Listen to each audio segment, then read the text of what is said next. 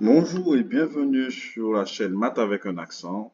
Aujourd'hui, nous allons corriger la session 2022, la partie mathématiques du concours technicien de police scientifique. Donc, on va attaquer tout de suite. Première question.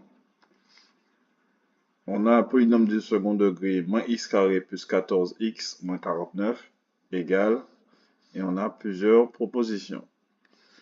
Donc, on a moins x carré plus 14x moins 49. Donc déjà, on voit que ça ressemble à peu près à une identité remarquable. À peu près en tout cas. Donc on va essayer de travailler ça. Donc on a moins x carré. 14x c'est quoi? C'est 2 fois 7x. Et 49, on sait que 49 c'est 7 au carré. Donc ça ressemble un peu à une identité remarquable. Sauf que normalement, l'identité remarquable à laquelle on doit penser, c'est a carré plus 2ab plus b au carré. Ça nous fait a plus b au carré. Ou ça ressemble un peu à a carré moins 2ab plus b au carré. Ok? Et ça fait a moins b au carré. Donc ça, on l'a pas directement. Ici, on peut mettre moins 1 en facteur. Ce qui nous donne moins facteur de x carré. Donc on n'aura pas moins 2 fois 7x. On n'aura pas plus 2 fois 7x, mais moins 2 fois 7x du coup. Et plus 7 au carré. Ok? J'ai factorisé notre expression par moins 1. Et donc ça va nous faire moins. Et là on a une identité remarquable que l'on reconnaît. C'est une identité remarquable ici. Donc ici on aura donc x moins 7 au carré. C'est donc la réponse numéro A. D'accord? Si vous avez des questions déjà à ce niveau-là, n'hésitez pas à laisser un commentaire en dessous de cette vidéo. Ensuite, question numéro 2, on avait ici du coup 2x carré moins 3x moins 2 au carré est égal à... Donc là, direct, il faut penser à l'identité remarquable a carré moins b carré. On peut factoriser et ça nous fait a moins b facteur de a plus b. D'accord? Ça, on va voir ça tout de suite ici. Donc on avait 2x plus 4 au carré, moins 3x moins 2 au carré. Donc, je factorise. Ça nous fait donc 2x plus 4 moins 3x. On va faire étape par étape. On n'a pas trop bien comprendre. On va mettre des crochets. Moins, donc c'était pas 3x, c'était donc 2x plus 4.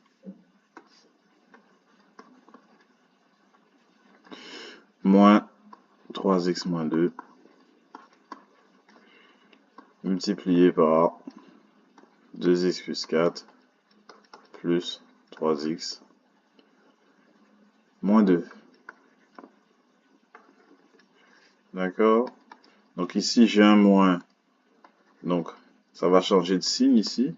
Donc au final, on aura quoi? On aura 2x plus 4 moins 3x plus 2. Moins fois moins, ça fait plus. Facteur de 2x plus 4 plus 3x moins 2. Ce qui nous donne, donc 2x moins 3x, ça fait moins x. 4 plus 2, 6. 2x plus 3x, ça fait 5x. 4 moins 2, 2. Donc ça nous fait moins x plus 6, facteur de 5x plus 2.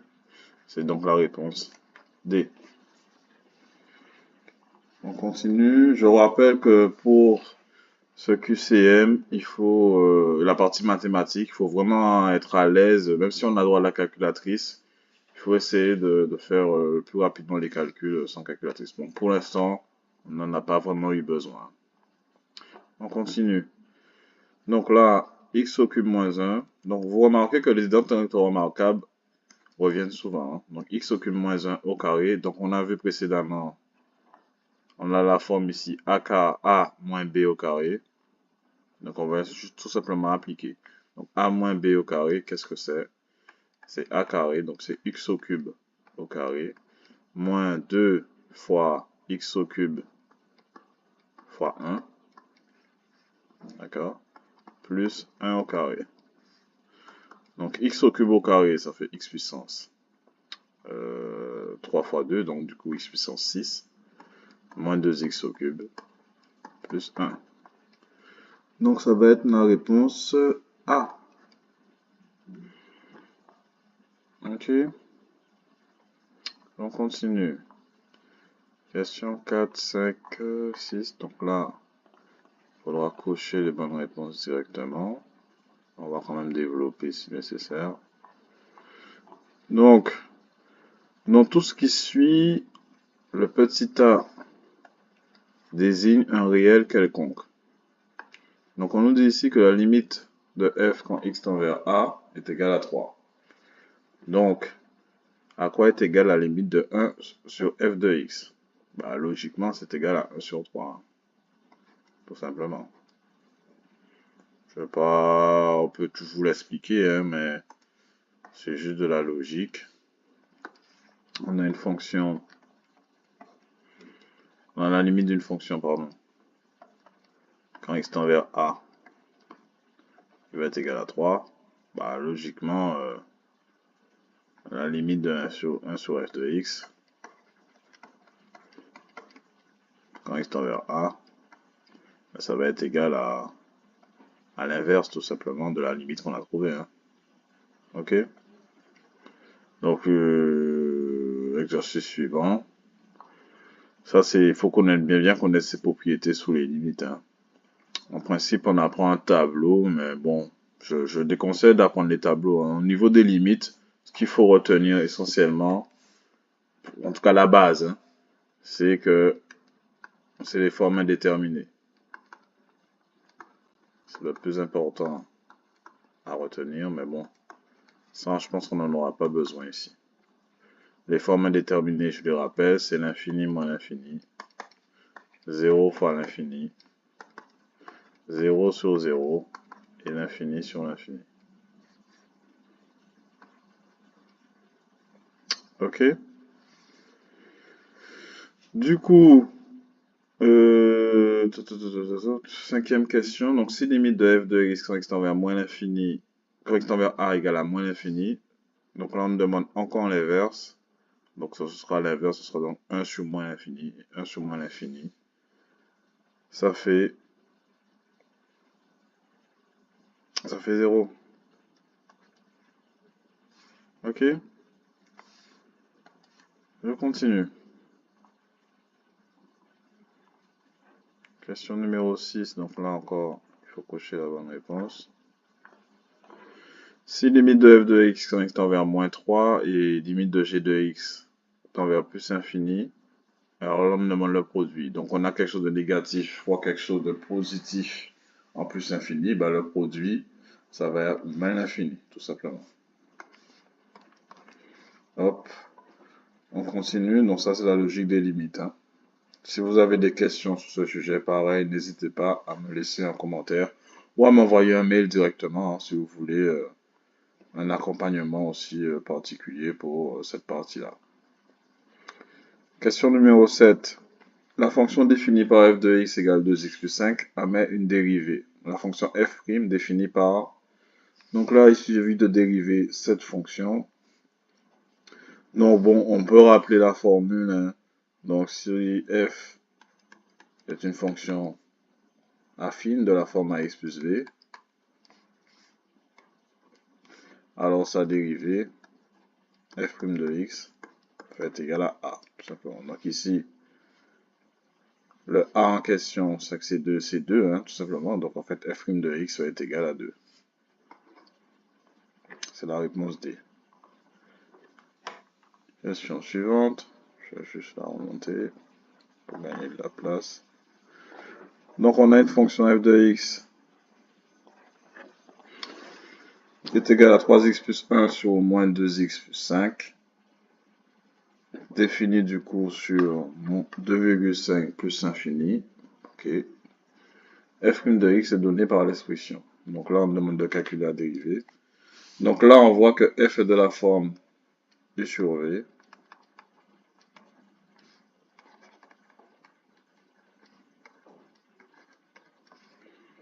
Avec u de x qui est égal à 3x plus 1. Et v de x qui est égal à moins 2x plus 5. D'accord? Et on se rappelle la formule de la dérivée d'un quotient. C'est donc u'v moins v'u sur v carré. Formule à connaître par cœur. Hein. Donc on va appliquer tout simplement cette formule ici. Donc f' de x va être égal à u', donc la dérivée de 3x plus 1 c'est 3, multiplié par v, donc moins 2x plus 5, moins v', v' du coup c'est moins 2, facteur de u, 3x plus 1, divisé par moins 2x plus 5 au carré.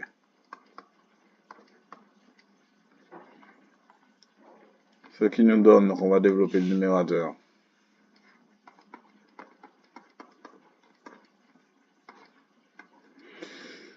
Trois fois moins 2x, ça fait moins 6x. 3 fois 5, 15. Plus, donc moins 2, ça fait plus.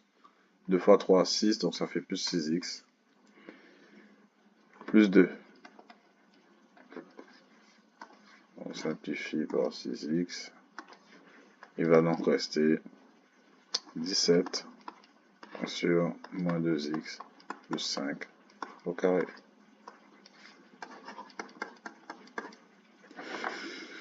Du coup, la réponse est la réponse B. On continue, on enchaîne. Question suivante. Ah, je vais passer à la page suivante. Je suis arrivé en bout de page.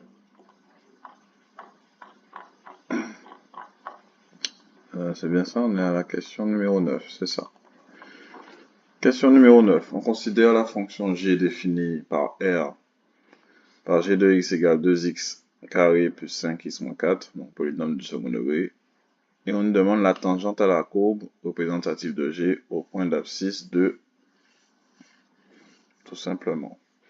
Donc, je rappelle, pour trouver la tangente à une courbe, on a une formule bien connue pour connaître l'équation de la tangente. Donc, l'équation de la tangente est donnée par, donc ici, ça sera g.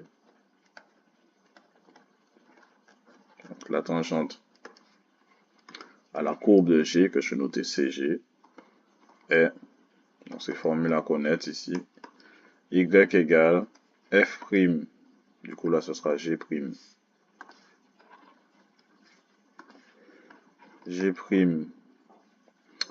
de 2 du coup, facteur de x moins 2. Donc voilà, je dirais que d'abord la formule générale à connaître. On va mettre une fonction f en général. Donc la tangente ACF au point A, point d'abscisse A, on va préciser ça comme ça.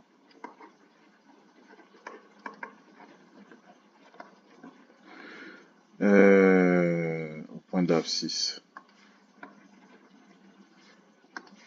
On va mettre au point A. Pour aller vite. Et donne du coup, y égale f' de A, facteur de x moins A, plus f de A. Ok?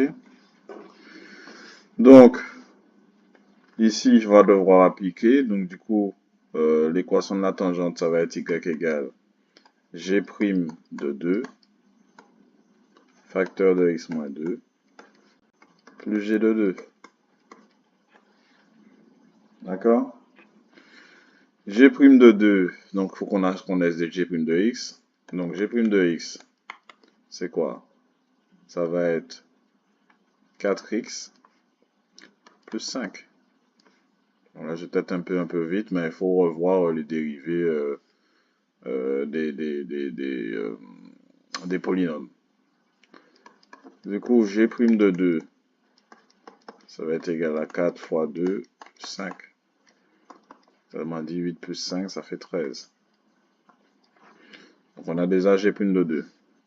G de 2, on sait que G de x est 2x carré plus 5x moins 4. Donc G de 2, ça va être 2 fois 2 au carré plus 5 fois 2 moins 4.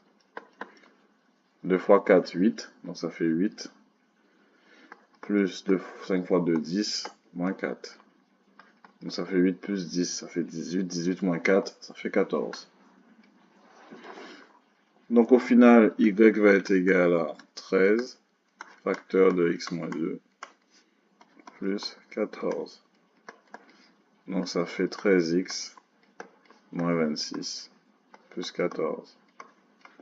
Donc ça fait 13x. Moins 26 plus 14, ça fait moins 12. Donc ce sera la réponse D.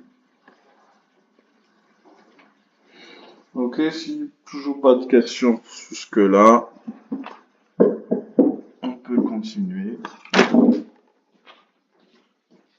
tranquillement à résoudre les autres exercices. Je vais juste me brancher. Je me rends compte que l'appareil est déchargé. On continue. Question numéro 10. Le plan est rapporté à un repère orthonormé. On considère les points G et H. La droite GA passe par le point et on nous donne 4 propositions. Donc on a un plan, on a 2 points. Bon, je peux schématiser rapidement, hein. Histoire de... Donc imagine tu as un point, donc tu as ici 1, moins 2, tu as G qui est ici, et ta H c'est 6, 4. 1, 2, 3, 4, 5, 6. 1, 2, 3, 4. Un truc comme ça. Tu as H qui est ici. Et donc tu as une droite comme ça. Ok, ça c'est notre droite GH. Et on veut savoir, est-ce que cette droite va passer par l'un de ces points? Donc le mieux à faire, c'est déjà connaître l'équation de la droite GH. Ok? Donc pour cela, on voit que GH c'est une droite qui est issue d'une fonction affine, puisqu'elle passe par l'origine du repère. Donc l'équation de la droite GH va être de la forme AX plus B. Donc on peut trouver petit a le coefficient directeur et le donner à l'origine également. Donc notre droite GH, qu'est-ce qu'elle aura comme équation? On va trouver déjà le coefficient directeur. Donc GH est de la forme AX plus B, on va dire ça comme ça. Alors GH est de la forme Y égale à X plus B. Du moins, A pour équation, on va dire. Pas plus simple. Comme ça. A pour équation, Y égale à X plus B. Donc, petit a, on a déjà 2 points de la droite. Donc, pour trouver le coefficient directeur, c'est très simple, hein. Alors, ça sera égal du coup à l'ordonnée de G, enfin même l'ordonnée de H, moins l'ordonnée de G, sur l'abscisse de H, moins l'abscisse de G. Ce qui donne, donc YH, donc 4, moins 2, divisé par XH, c'est 6, moins 1, ce qui fait 6 sur 5. Notre petit b, donc maintenant qu'on sait que GH, il y a G qui appartient à GH et H qui appartient à GH, donc on peut connaître facilement notre petit b. Je vais juste effacer un petit peu ici pour que ça soit plus propre. Voilà. Et donc, comme G appartient à la boîte GH, donc on peut écrire que l'ordonnée de G va être égale à 6/5 de l'abscisse de G plus petit b. Donc ça veut dire que moins 2 va être égal à 6/5 de 1 plus petit b. Et de là, on va déduire petit b, l'ordonnée à l'origine, qui va être égal du coup à moins 2 moins 6/5. Je mets au même dénominateur, ça fait moins 10 moins 6 sur 5. Ça fait donc moins 16 sur 5. Ok, donc l'équation de la droite GH, c'est 6/5 de x moins 16/5. Ok? Et avec cette équation, on va tester chaque proposition et on pourra savoir quelle est la bonne, quel point qui appartient à cette droite. Donc, effectivement, c'est un petit peu long comme exercice. Donc, on va essayer d'aller vite. C'est là qu'il faut savoir faire des calculs de tête pour aller plus vite. Donc là, si A appartient à GH, il faut que quand je remplace moins 3, x par moins 3, pardon, je trouve 2. Donc ça va faire moins 18/5, moins 16/5, moins 18 moins 16. Ça te fait du quoi ça? Ça te fait du moins 34. Moins 34 sur 5. Ça fait pas 2. Donc A, ça fonctionne pas. Ensuite, la B, si j'en passe par 2,5, donc 2,5 c'est 5 demi. Normalement, je dois trouver 0. 6/5 fois 5 demi, on simplifie par 5, ça fait 6 sur 2, ça fait 3. 3 moins 16/5, ça fait pas 0. Donc ça aussi, c'est annulé.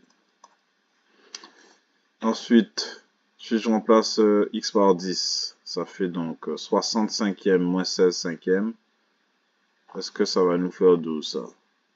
65e moins 16/5, 60 moins 16. Ça te fait du 44. 44 sur 5, ça fait pas 12. Donc ça fonctionne pas. Et on fait dernière proposition. Bon, j'imagine que c'est la bonne. J'espère en tout cas. Si je remplace x par moins 14, je dois trouver moins 20. Donc, 6/5 fois moins 14, moins 16/5. Ça nous fait quoi? Alors, 4 fois 6, 24. 4, je retiens 2. 6 fois 1, 6. Donc, on a fait moins 84 sur 5, moins 16/5. Et donc, ça fait moins 100 sur 5. Et ça fait moins 20. Donc là, on est bon. Donc, quand on remplace x par moins 14, on trouve moins 20. Ok? Donc, le point D appartient à GH. Ok? Pareil, si vous voulez plus d'informations sur cet exercice, si vous voulez que je développe plus, n'hésitez pas à me laisser un commentaire ou à m'envoyer un mail ou tout directement et je vous envoie une correction un peu plus détaillée. Question numéro 11. Parmi les propositions suivantes, quelles sont celles qui sont correctes? Donc là, on nous demande quelle expression est correcte. Donc, exponentielle de x plus y. Exponentielle de x plus y. Normalement, ça, c'est exponentielle de x fois exponentielle de y. Donc, ce serait cette réponse-là qui est correcte. Là, après, on avait exponentielle de x fois y. Et ce n'est pas du tout ça. Ce sont les bonnes réponses. Donc, là, c'est la réponse B. On enchaîne. Pour tout réel x, l'expression exponentielle de x fois exponentielle de x plus 2 est égale à... Donc là, on a exponentielle de x fois exponentielle de x plus 2. Donc ça, c'est égal à exponentielle de x plus 2. Donc ça fait exponentielle de 2x plus 2. Donc c'est la réponse A. On enchaîne. Donc ça, là, ce qu'il faut connaître, c'est toutes les formules de puissance ou d'exponentielle. C'est les mêmes. Hein. Je vais quand même les rappeler. Parce qu'après, on va passer à autre chose. Exponentielle de A plus B, c'est exponentielle de A fois exponentielle de B. Exponentielle de A moins B, c'est exponentielle de A sur exponentielle de B. Qu'est-ce qu'il y a d'autre? Exponentielle de A puissance B, c'est exponentielle de AB. C'est essentiellement ces formules qu'il faut connaître par cœur. On enchaîne. Question numéro 13. Parmi les propositions suivantes, lesquelles sont celles qui sont correctes? ln de A plus B, c'est ln de A fois ln de B. ln de AB, c'est ln de A fois ln de B. Ou ln de A sur B, c'est ln de A moins ln de B. C'est la C qui est correcte. Formule des logarithmes aussi à connaître par cœur. Je les rappelle. Donc, ln de A fois B, c'est ln de A plus ln de B. ln de A sur B, ben c'est la réponse qu'on a trouvée, c'est ln de A moins ln de B. Et ln de A puissance, on va mettre puissance B. Hein. On va l'écrire comme ça. C'est B ln de A. Ok. Question 14, ben on a exactement besoin de cette formule-là. ln de x carré. On va écrire en noir. C'est tout simplement de ln de x. Donc ici, ça correspond à la réponse B. Ils ont mis une valeur absolue parce qu'en fait, ici, on avait x carré. Donc, x carré, n'importe quelle valeur de x fonctionne. Alors qu'en principe, on ne peut pas faire le logarithme de nombres négatifs. D'où la valeur absolue. Bon, je ne rentre pas dans le détail. C'est pour ça qu'il y a la valeur absolue, en gros. Question numéro 15. Dans le plan muni d'un repère, on considère AB passant par les points A et B. Un vecteur directeur de la date AB aura pour coordonnées. Donc on a A, on a B, on peut directement trouver le vecteur directeur de la date AB qui sera tout simplement le vecteur AB. Hein. Donc le vecteur AB aura pour coordonnées YB moins YA, enfin XB moins XA, pardon. YB moins YA. Autrement dit, AB aura pour coordonnées. Donc, qu'est-ce qu'on avait comme coordonnées? Donc, XB moins XA, donc ça fait 4 moins 2. Et moins 5, moins 7. Donc, les coordonnées du vecteur AB, ça sera donc 6, moins 12. Donc là, 6 moins 12, c'est pas la A, c'est pas la B, c'est pas la... Donc il n'y a rien qui ressemble exactement, mais qu'est-ce qu'on constate? C'est la C. Pourquoi? Parce qu'en fait, le vecteur 1 moins 2 est un vecteur collinéaire à AB. Donc linéaire, ça veut dire que les coordonnées, il y a une proportionnalité en fait. Donc ça, on voit que c'est égal à 6 multiplié par le vecteur 1 moins 2. Ok? Donc un vecteur collinéaire à AB, forcément, est un vecteur directeur de la droite AB. Ok? Je vous invite à revoir le cours de vecteurs dans l'espace ou en tout cas géométrie analytique. Ok? Je continue. Donc on arrive à un bout de page. La question 15, on continue. Question numéro 16. Donc là, on passe pour les suites numériques. Donc UN désignera une suite arithmétique de raison A. Donc là, plusieurs informations. Suite arithmétique de raison A et de premier terme, terme initial, U0.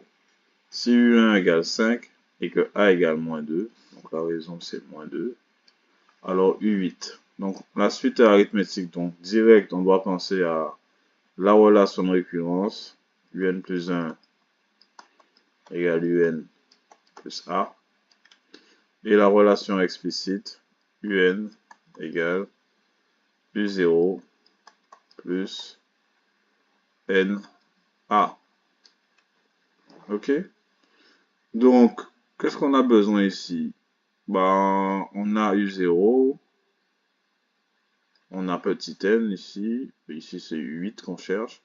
Et on a la raison A. Donc, on peut trouver directement 8. Hein. Donc, U8 va être égal à U0. Ah non, on n'a pas U0. On nous dit juste le terme initial, c'est 0, mais on ne l'a pas. On nous dit U1. Bah, on va déjà tout chercher U0. Hein. On sait que U1 va forcément être égal à U0 plus A.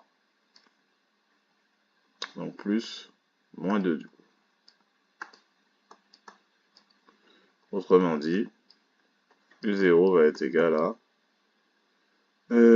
5 plus 2, qui fait 7. Maintenant qu'on a U0, on peut trouver U8.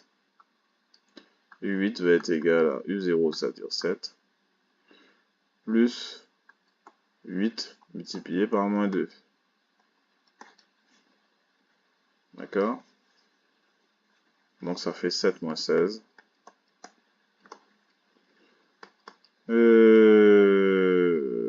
Ça fait moins 9. Réponse B. D'accord? On continue. Donc là, on travaille encore sous les suites. UN désignera une suite géométrique. Donc là, encore une info importante. Donc là, on est dans le travail suite géométrique de raison Q et de terme initial U0 égale 1,5 et U1 égale 4. Alors B. Pourquoi on me parle de B? Il n'y a pas de B. Je pense qu'il voulait mettre Q1. Logiquement. Tout simplement. On va corriger.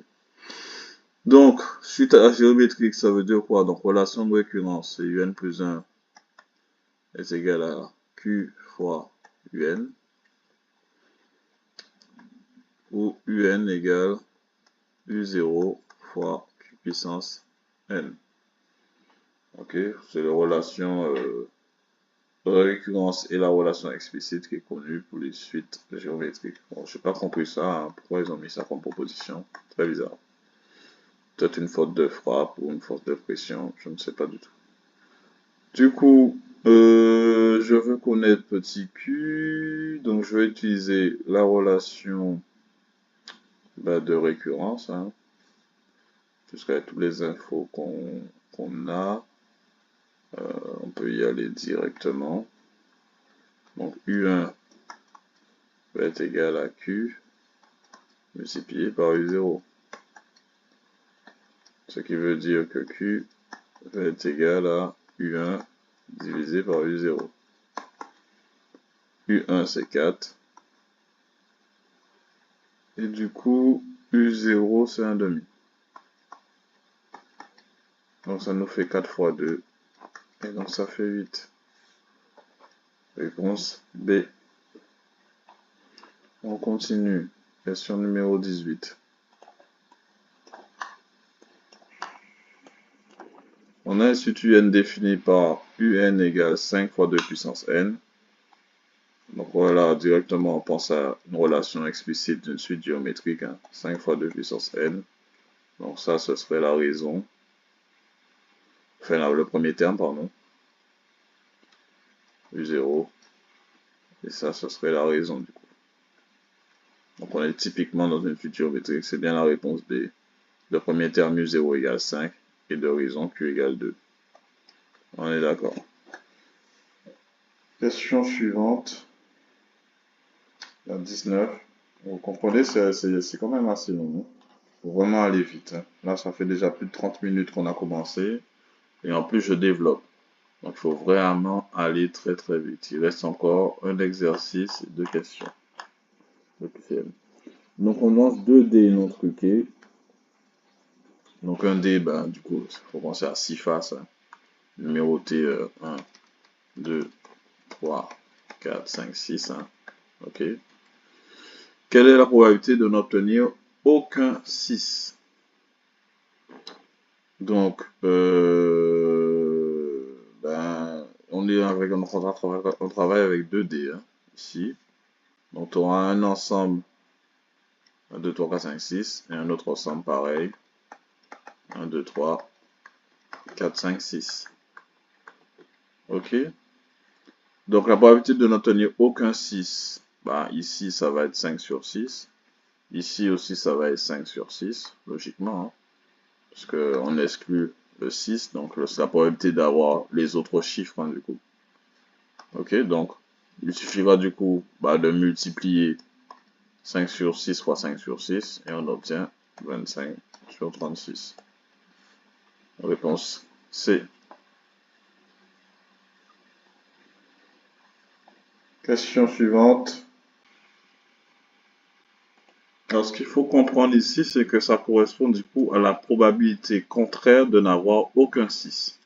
Je reprends. Probabilité d'obtenir au moins un 6, ça correspond à la probabilité de l'obtenir, la probabilité contraire d'obtenir aucun 6. Donc, c'est un peu lié, c'est totalement lié à la question précédente où on devait calculer la probabilité d'obtenir aucun 6.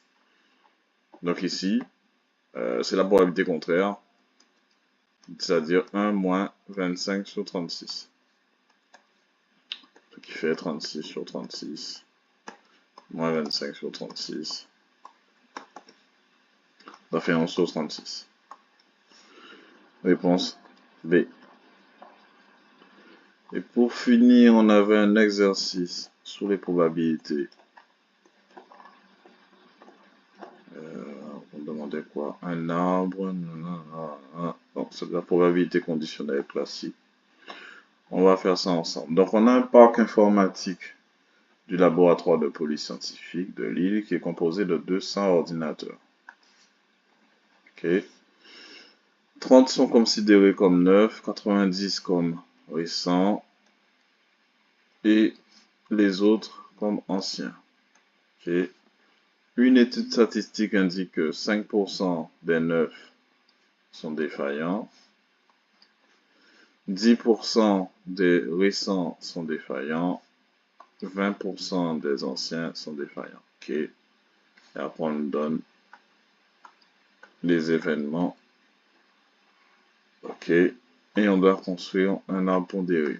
Donc, on aura un arbre du coup à 3 branches principales. Donc, soit l'ordinateur est neuf, c'est N, soit il est récent, c'est R, soit il est ancien. Et ensuite, il sera soit défaillant, soit non défaillant, tout simplement. Donc, D est défaillant, D bar, l'événement contraire, D défaillant, D bar, l'événement contraire. Pareil ici. Un arbre classique. Donc, les arbres, il va falloir le compléter, hein, tout simplement. Donc, on nous dit dans l'exercice que 30 ordinateurs sur 200 ordinateurs au total sont neufs. Donc ici, on aura 30 sur 200. À quoi correspond 30 sur 200? Est-ce qu'on laisse comme ça ou on simplifie? Bon, 30 sur 200, on voit tout de suite que c'est 3 sur 20. Hein. Je vais mettre 3 sur 20. C'est simple. Ensuite, les récents, c'est 90 sur 200, donc 9 sur 20. Et les anciens, c'est les autres. Donc techniquement, 30 plus 90, ça fait 120. Donc il reste du coup 80 sur 200, autrement dit 8 sur 20.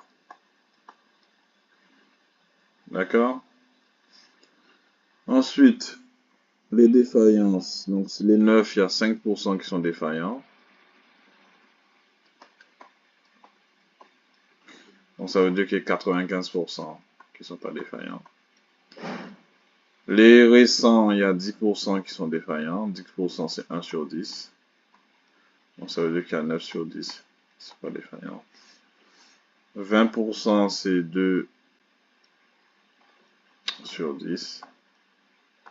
Et donc on aura 8 sur 10 ici. Voilà. Bon, si on a le temps avec la calculatrice, on peut simplifier. Hein. ou mettre des nombres décimaux. Mais bon, nous on va être plutôt dans l'idée de faire du calcul mental. Donc on va simplifier par la suite avec les questions suivantes. Donc 2, j'arrive déjà en bout de page ou pas? Calculer la probabilité que l'ordinateur choisi soit 9 et défaillant. Donc 9 est défaillant, on est sous cette branche. D'accord? Donc on cherche ici P de N inter D. Donc P de N inter D, ça va être du coup, bon si je réécris la formule des probabilités conditionnelles, ça va être du coup P de N fois P de D sachant N. Autrement dit, 3 sur 20 fois 5 sur 100.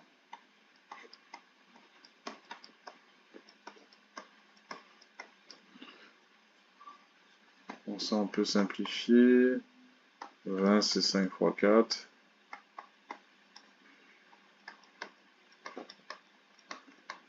On simplifie par 5. Ça fait 3 sur 400. Ok. Ensuite, démontrer que la probabilité que l'ordinateur choisi soit défaillant est égale à 0,1325. Donc là, on cherche P de D. On va utiliser la formule de probabilité totale. Donc P de D, c'est tout simplement P de N inter D plus P de donc récent inter D plus P de A inter D. P de N inter D, on l'a déjà calculé, c'est 3 sur 400. P de R inter D, donc on serait ici. Donc c'est 9 sur 20 fois 1 sur 10.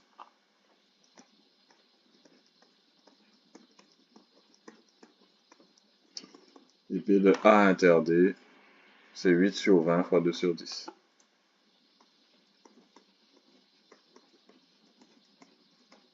D'accord? Ce qui nous donne 3 sur 400, plus 9 sur 200, plus 16 sur 200. Ça fait donc 3 sur 400, plus 25 sur 200. Ce qui donne, je mets tout au même dénominateur. Donc 3 plus 50, ça fait 53 sur 400. Moi, je dois retrouver 0,1325. Bon, je vais faire le calcul à la main. Si vous avez le temps, vous pouvez le faire à la calculatrice. Moi, je vais le faire à la main. Donc 53 divisé par 400. Dans 53, combien y a-t-il fois 400? Donc 0. Je mets un 0 ici. Je mets un 0 là aussi. Donc une fois. Donc 530 dans 400. Ça fait 130. Je vais abaisser un 0. 1300, donc 4 fois 3, ça fait 12. Donc ça fait 1200. Il va rester 100. Dans 1000, combien y a-t-il de fois? Donc j'ai encore abaissé un autre 0. Hein. Okay. Dans 1000, combien y a-t-il de fois 100? Bah, 2 fois. Hein. Ça fait 800. Il reste 200. J'abaisse encore un 0. Et donc ça fait 5. Il reste 0. Ok. Donc c'est bien ça qu'on doit trouver, 0,1325. Et enfin, dernière question de ce QCM, enfin de cette partie mathématique précisément. Déterminer la probabilité que l'ordinateur soit ancien, sachant qu'il est défaillant. Donc c'est P de A, sachant D. Ça fait la question 4. On cherche là, du coup, P de A, sachant D. Donc, formule de probabilité constitutionnelle, c'est donc P de A inter D sur P de D. P de A inter D, on l'a calculé, c'était 16 sur 200, autrement dit 8 sur 100, autrement dit 4 sur 50, autrement dit 2 sur 25. Donc c'est 2 sur 25. sur divisé par 53 sur 400. On va l'écrire comme ça parce qu'on manque de place. 53 sur 400. Donc ça fait 2 sur 25, multiplié par 400 sur 53.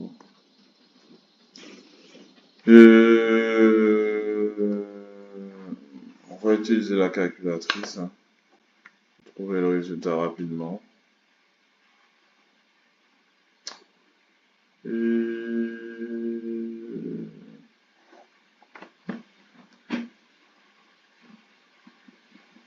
Alors, je vais utiliser la calculatrice de mon portable, ça va être plus simple. Sinon, je pense que c'est le plus rapide à faire ici. Donc ça te fait du 800 divisé par 25 fois 53. On va mettre des parenthèses pour qu'ils comprennent. Donc on tombait sur environ, demander un arrondi ou pas, au centième, 0,60. On va quand même essayer de le faire à la main, je pense que c'était faisable aussi. Hein. Donc 25 c'est quoi par rapport à 400? 4 fois 100, 4 fois 2 fois 25, c'est 25 fois. Donc ça fait 2 fois 25, on aurait pu simplifier par 25. 25 fois 4 fois 8. Non. 25 fois 4, ça fait ça. C'est 16, 25 fois 16, pardon. Ok. Donc on simplifie, ça fait 2 fois 16 sur 53, donc ça fait 32 divisé par 53. 0, 0.